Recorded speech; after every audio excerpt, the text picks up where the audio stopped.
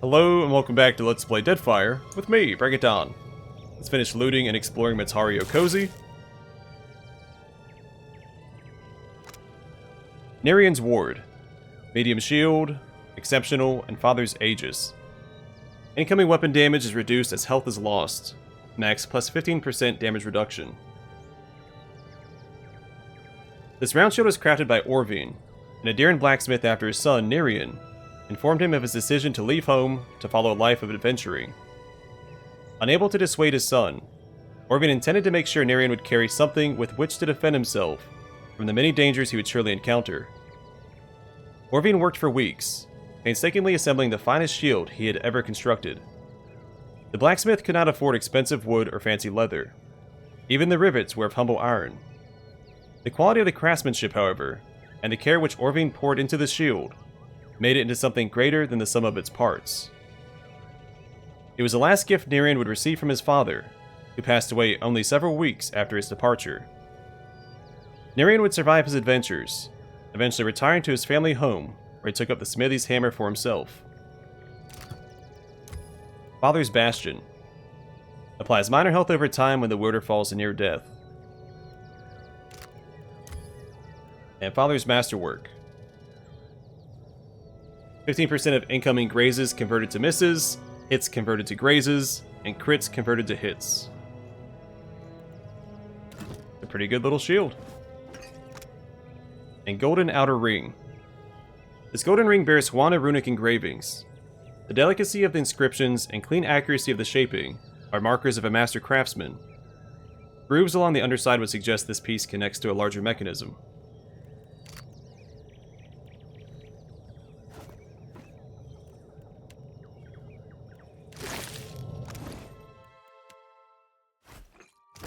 Huh?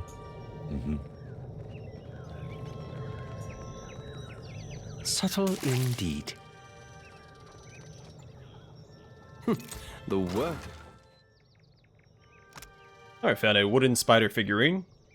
Summons a desert spider and 2 desert spiderlings. This hardwood carving is heavier than it looks, though it is obviously solid all the way through. When held to the ear, it produces a subtle skittering sound from within. No thank you. Moment. Huh? Right.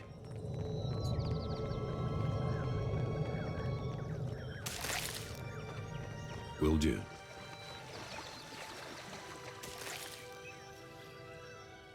The inscription reads, Ngati gifted her chosen people with dominion over water.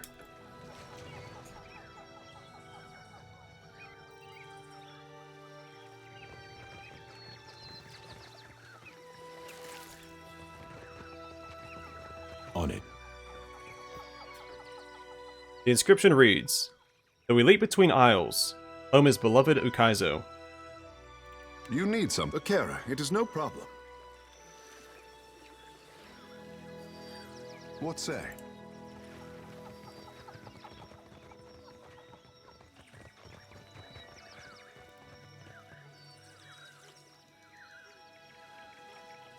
Never seen anything so pretty in my life. Will do. The soul flits about in hasty, panicked bursts. It eases closer to you with anticipation. Read the soul. You'll after your hours studying the runic script of the ancient Juana, but here you are poring over gold inscriptions while they scratch their heads. You promise yourself a good boast in the journey back to Nekataka. No one believes the Juana could have forged a device like the Golden Wheel, but you stay silent on the matter. The Ingwithans built more for function than beauty, and this is art. Rotating the control disc and pressing panels had you so engrossed that you mistakenly entered the wrong combination. A slit opened in the disc, discharging a gas that brought you to your knees, coughing loud enough to summon a creature whose shape you could barely perceive through the haze of pain. Boasting would have to wait. Emitting a palpable feeling of relief, the essence strips into Jodi's lantern.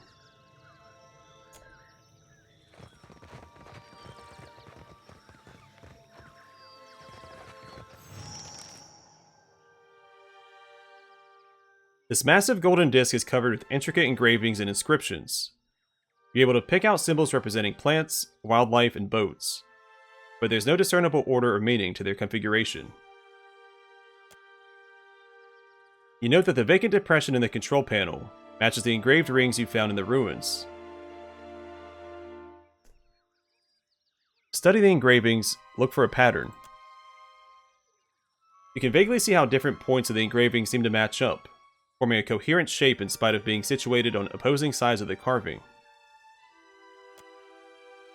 A depression in the ring resembles a control panel, which could be used to manipulate the moving parts of the disc, though it is missing something. Read the main inscription. To all wayward kin, far from family shores, let this chart point the way home, that your tribe may welcome you open-armed. Engravings remember what the dead forget. Take comfort in this sanctuary, read its teachings, and let knowledge guide the hand that turns the wheels. The rings you possess could easily be set around the inner axis of the control panel. Yeah, they're really pushing that. Slide the golden wheels onto the control panel. That should be into.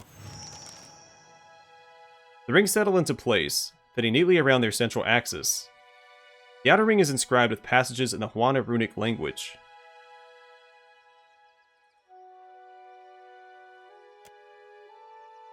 Four symbols decorate the inner wheel.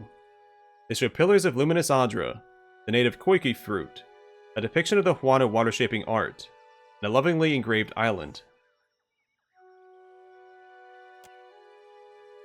The way these inscriptions align suggests a relationship between the two. Something about the island catches your attention. The runes surrounding it are particularly elaborate, and every measurement uses it as a point of origin. It's Ukaizo. Akira, are we both seeing this? Takehu brings a shaking hand up to wipe his mouth.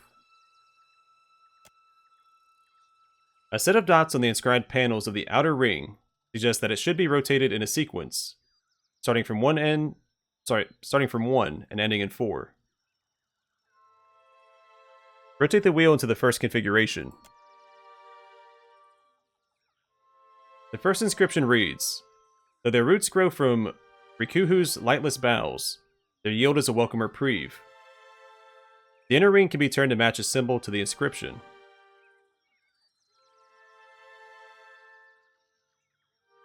So it's going to be number 1, I think. Turn the wheel to align the inscription with the symbol of luminous adra.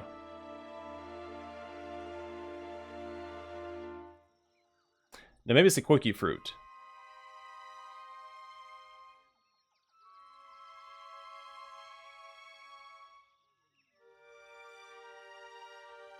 I think the first part of the sentence, though their roots grow from Rikuhu's lightless boughs, would be luminous adra. Their yield, that doesn't make sense. So turn the wheel to align the inscription with the symbol of koiki fruit. You turn the wheel until the passage aligns with the symbol of koiki fruit. Now, the way the control panel sits atop the disc suggests that you could push this configuration down. Press down on the metalwork. The gold ring springs back up, ready to be spun again. Oh, I missed this part. You press your weight on the panel, deep inside the disc, near the rotation of heavy parts. The next inscription reads, Our covenant to safeguard. Those petrified limbs are the health and safety of the Deadfire. Turn the wheel to align the inscription with the symbol of luminous adra. You spin the wheels until the inscription aligns with the symbol of luminous adra. Press down on the metalwork. The wheels settle into place with some resistance, likely owing to age and neglect. Beneath the disc, the groaning of gears sounds once more. The next inscription reads, Ngati gifted her chosen people with dominion over her dark and turbulent kingdom. Turn the wheel to align the inscription with the symbol of water shaping. You turn the wheel, lining up the symbol of water shaping with the inscription. Press down on the metalwork. A cacophonous grinding sound builds from somewhere deep beneath the disc. Whether this indicates a favorable outcome or not remains to be seen. The final inscription reads, "Our origin, our destination, our home. Wherever we go, she is the horizon." Turn the wheel to match the symbol of Ukaizo and press the panel. Get cut off there. It takes an extra hard push. The rings settle into place. A long silence follows, in which you are forced to wonder whether or not you input the correct combination, and what consequences might follow either way. Manipulating the control panel has rotated the rings of the massive inner disc into a new configuration, one that lines up with neat precision. The engravings intersect in a manner that forms the shape of the Deadfire.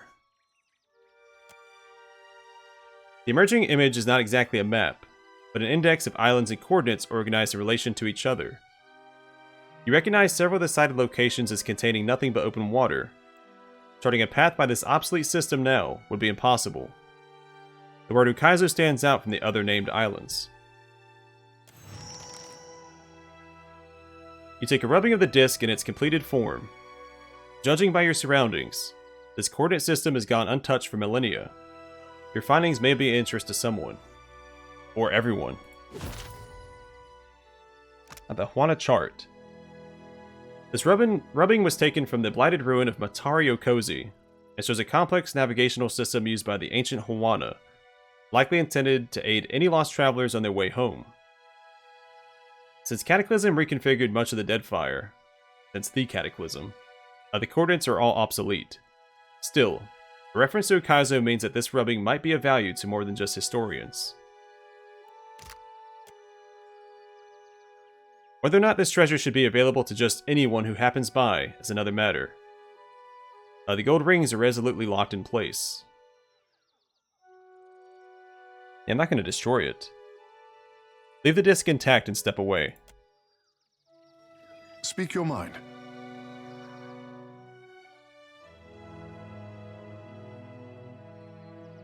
Now that the inner and outer wheels have been properly aligned, the disc once again resembles its intended function, a chart built around some antiquated measure of the islands. We still come back and destroy it. It will be so.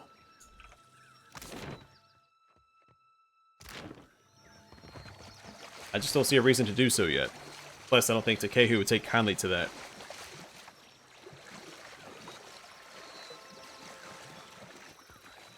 What say?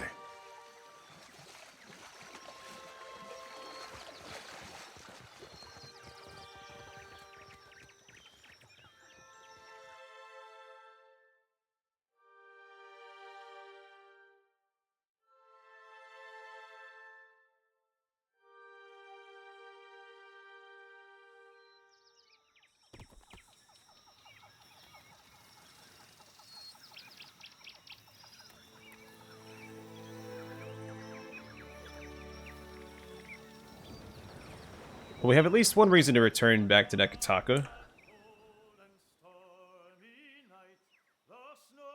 Let's go ahead and make that 2.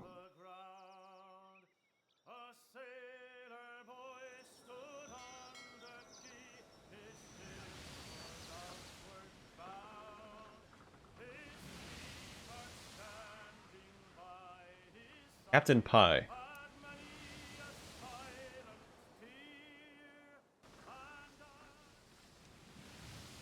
Sailing offers a welcome reprieve from Matario Kōzi, until the silhouette of an advancing ship grows clearer on the horizon. The winds turn against you as the pursuer, a well-equipped Rauatayan junk, closes the distance handily. The flag of the Royal Deadfire Company waves proudly. A placard on the hull identifies it as Benevolent Aegis. The loud percussion followed by the splash of water announces a cannonball fired across your bow. Really? You don't even want to talk. Oh. Stand down and prepare for inspection. A commanding voice bellows over the turbulent crashing of waves. Shout. Parley. Benevolent Aegis draws close enough for you to recognize the crew as hard and disciplined coastal Amoa. One of them separates from the fold and plants his boot on the railing. The name is Pie, and I'll speak plainly. You wouldn't be leaving Matario Kōzi unless you found what we both want. The map. He rests a pommel on his hand on the pommel of his sword. I messed that up.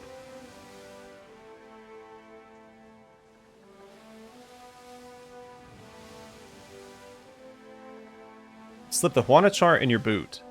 I found nothing, but feel free to search the Defiant. Leave no barrel unturned. We don't go home empty-handed. While Captain Pie bellows his orders, he hoped that no one noticed you hiding the chart. The crew spends no time at all picking over your vessel before a call sounds out from one of them. Something poking out of his boot, Captain. Pie blinks in your direction and smiles. Weapons trained on you. The crewman snatches the chart and presents it to Captain Pie, who unfurls it and frowns down at the parchment. My thanks for your diligent work. You'll serve our cause well. Pie rolls the parchment with care and winks across at you. Now we have a contract to follow through on. So attack. Not so fast, Pie. You draw your weapon. Captain Pie raises his eyebrow with interest before drawing his own. Storm their positions and take no prisoners. He points his sword at you and signals his soldiers to attack.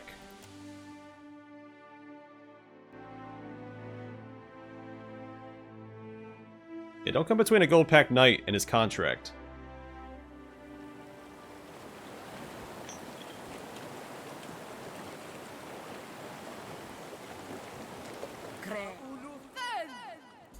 He also has a very small crew.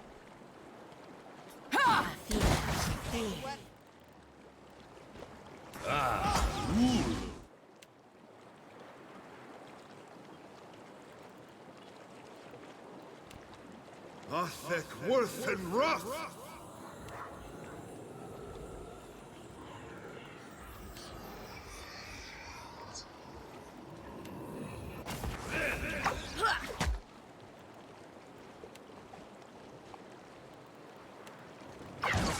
No good.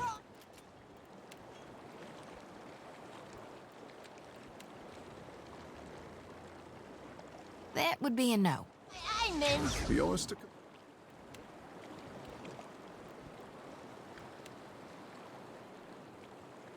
Captain? Sure thing.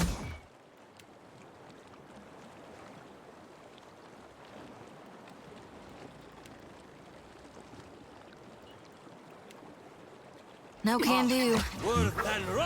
I bring your aid.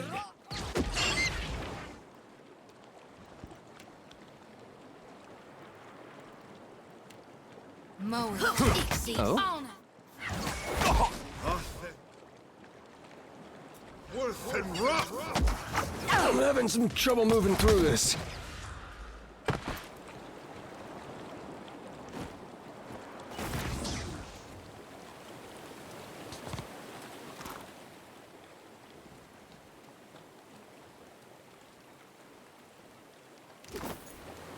I've got it. Uh-huh. Odd that it didn't just wrap up after the end. After we finished the fight. Alright, to Bekarna's Folly.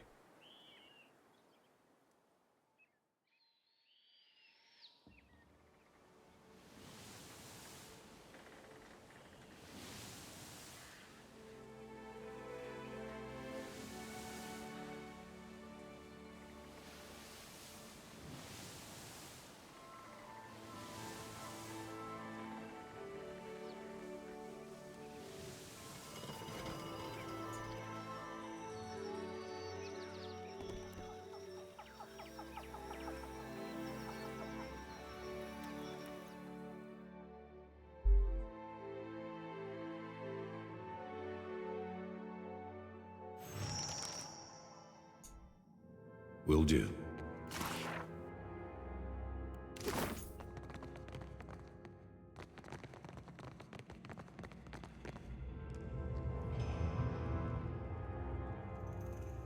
We're in a library and you can't find the right book.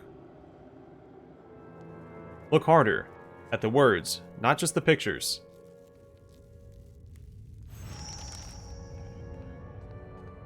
Enemies ahead. Sure.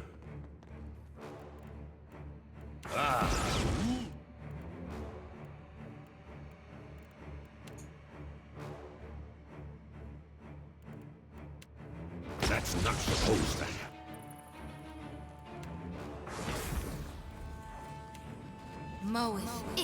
I'll try to swap out for Pallegina. After this fight, we'll step out and get her back in the party.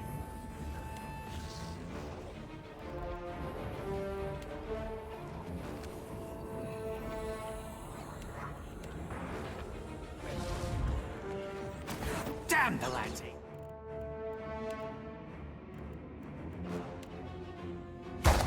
Yeah.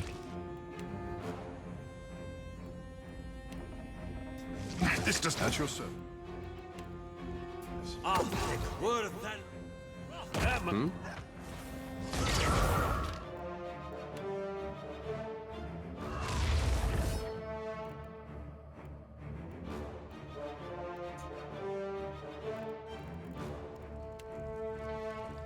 Second try, I say.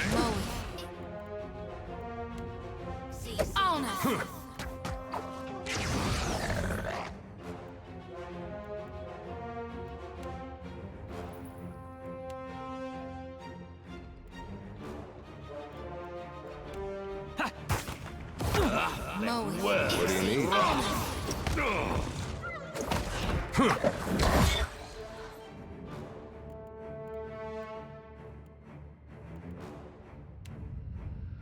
I don't think I can pull that off. Blink spray should hit anybody but the enemies, and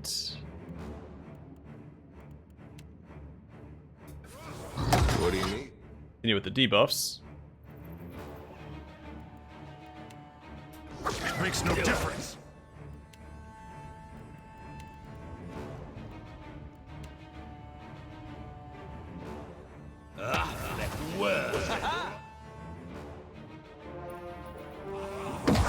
What do you need?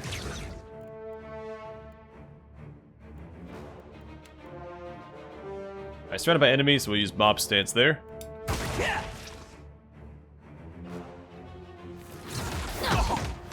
Realistic. Bombing spells with Takehu since they can't hit allies. Which is probably one of my favorite class features in the game.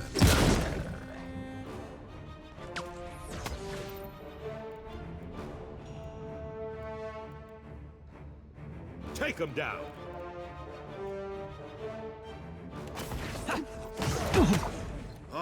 No good.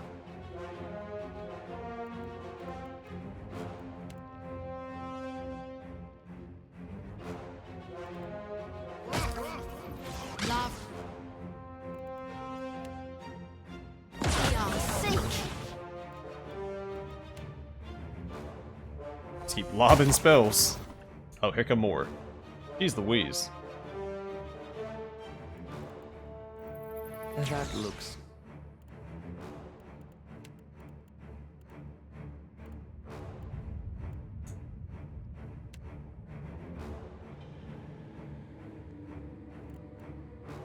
complicated.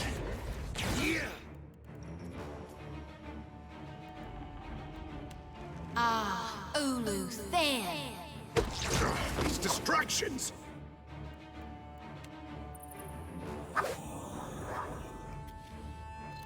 Let's go.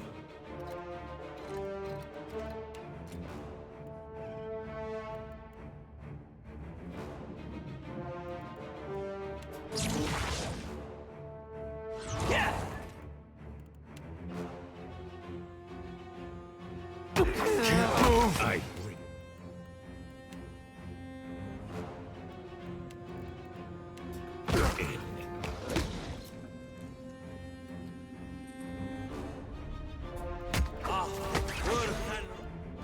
Alright, got a good heal out there. And what's next?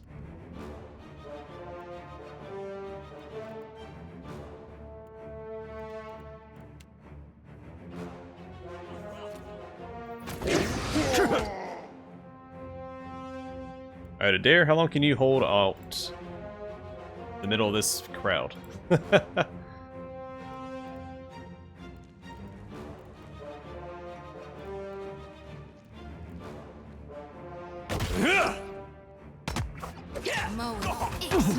Didn't.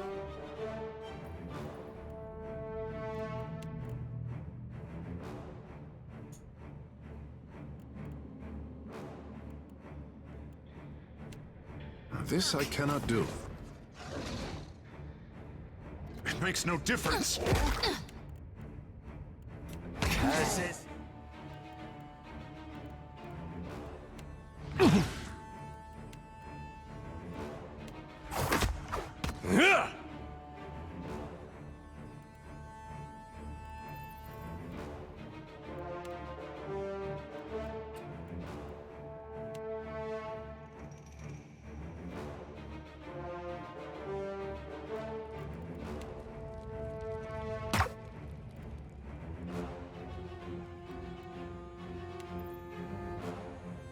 Moe. Exceeds all hell.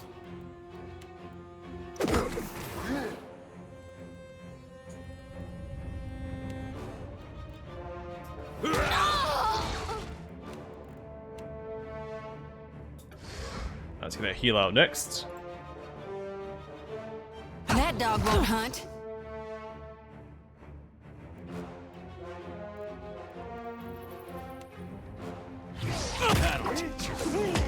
Moe. Exceed. So I don't know if I'm gonna save Adair. He does have second chance. Some good times. It's a little bit of healing there, not enough to keep him alive, I don't think.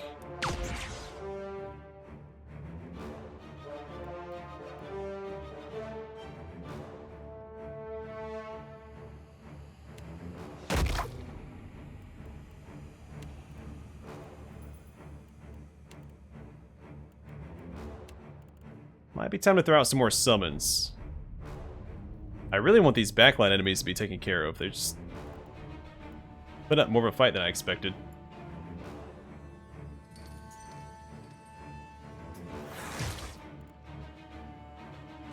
I need some help here. It makes no difference. Ooh. Passes. Yeah, hang in there, buddy.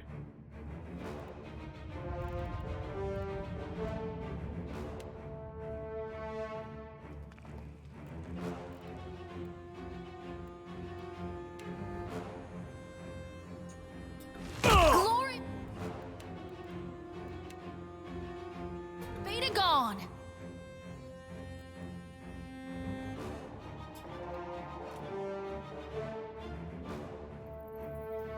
Yeah, they just keep healing. Which is obviously very detrimental. I'm having a hard time cutting through their healing. We've taken out a few of them. Better.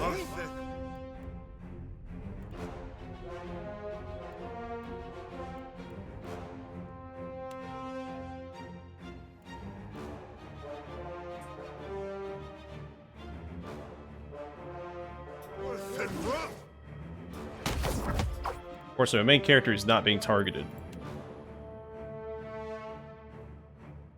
And he's our tank. Yours to command, Captain. Fan.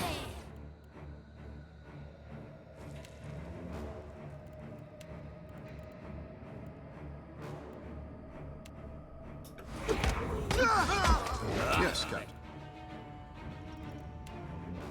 It makes no.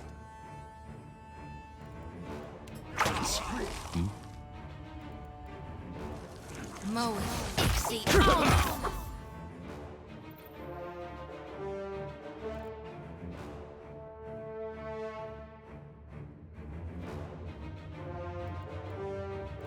Alright, just gonna pop this. Try to take care of this guy. So we're about to take out two more at least. The priest needs to go. I need something stronger.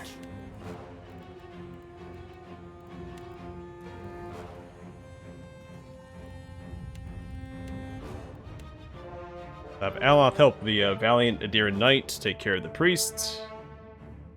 Jody's gonna help Keo take care of this guy. Let's go and get some more spells out.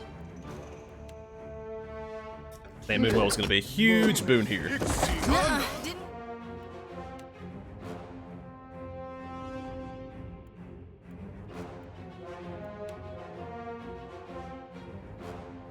work.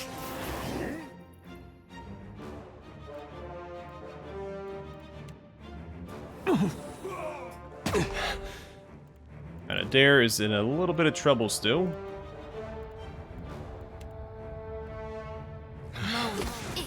try to keep him alive if we can. Enrico should go down here shortly. That dog won't hunt. Keep lobbing healing towards Adair.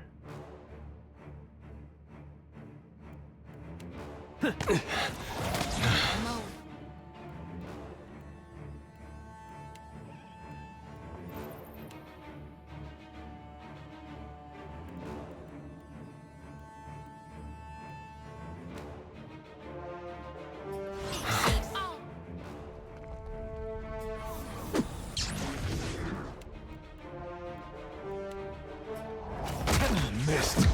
That's worth it.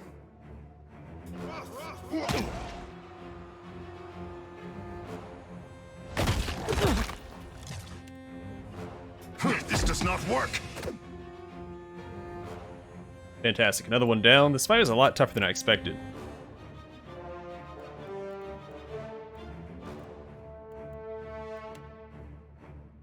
I didn't expect this many enemies to come running right at me.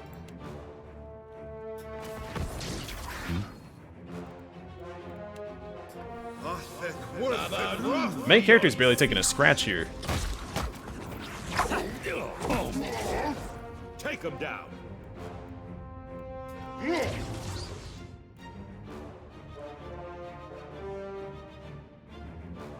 This priest just does not want to go down.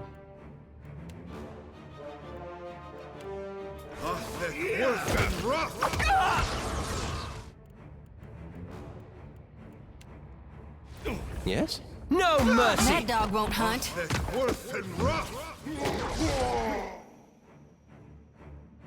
What is this?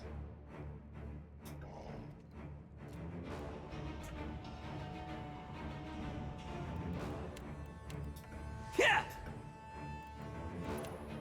Moe Ixie on us. Ha-ha!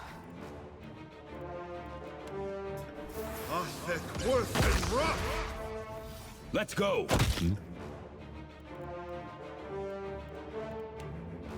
Nuh-uh, didn't work.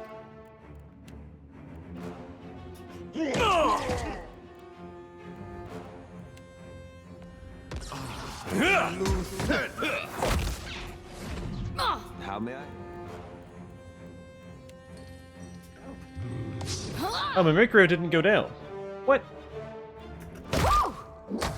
What say? What a nuisance.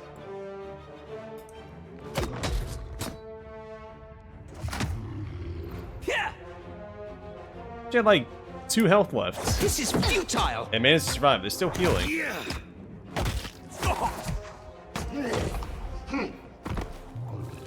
That's it!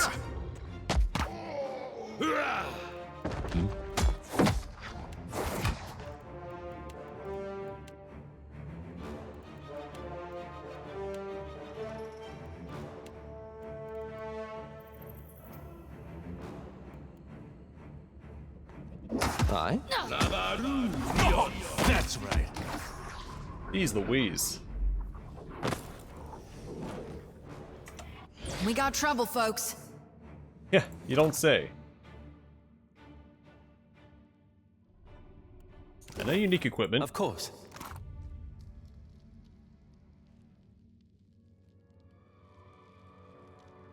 Ooh, gauntlets have greater reliability.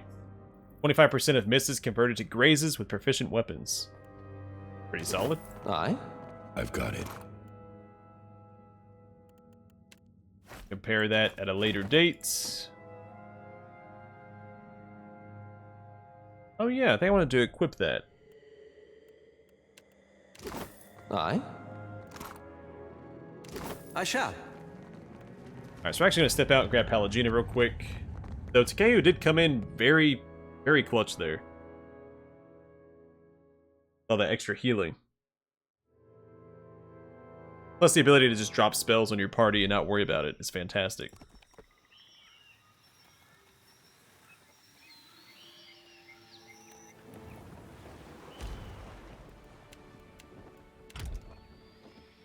Oh.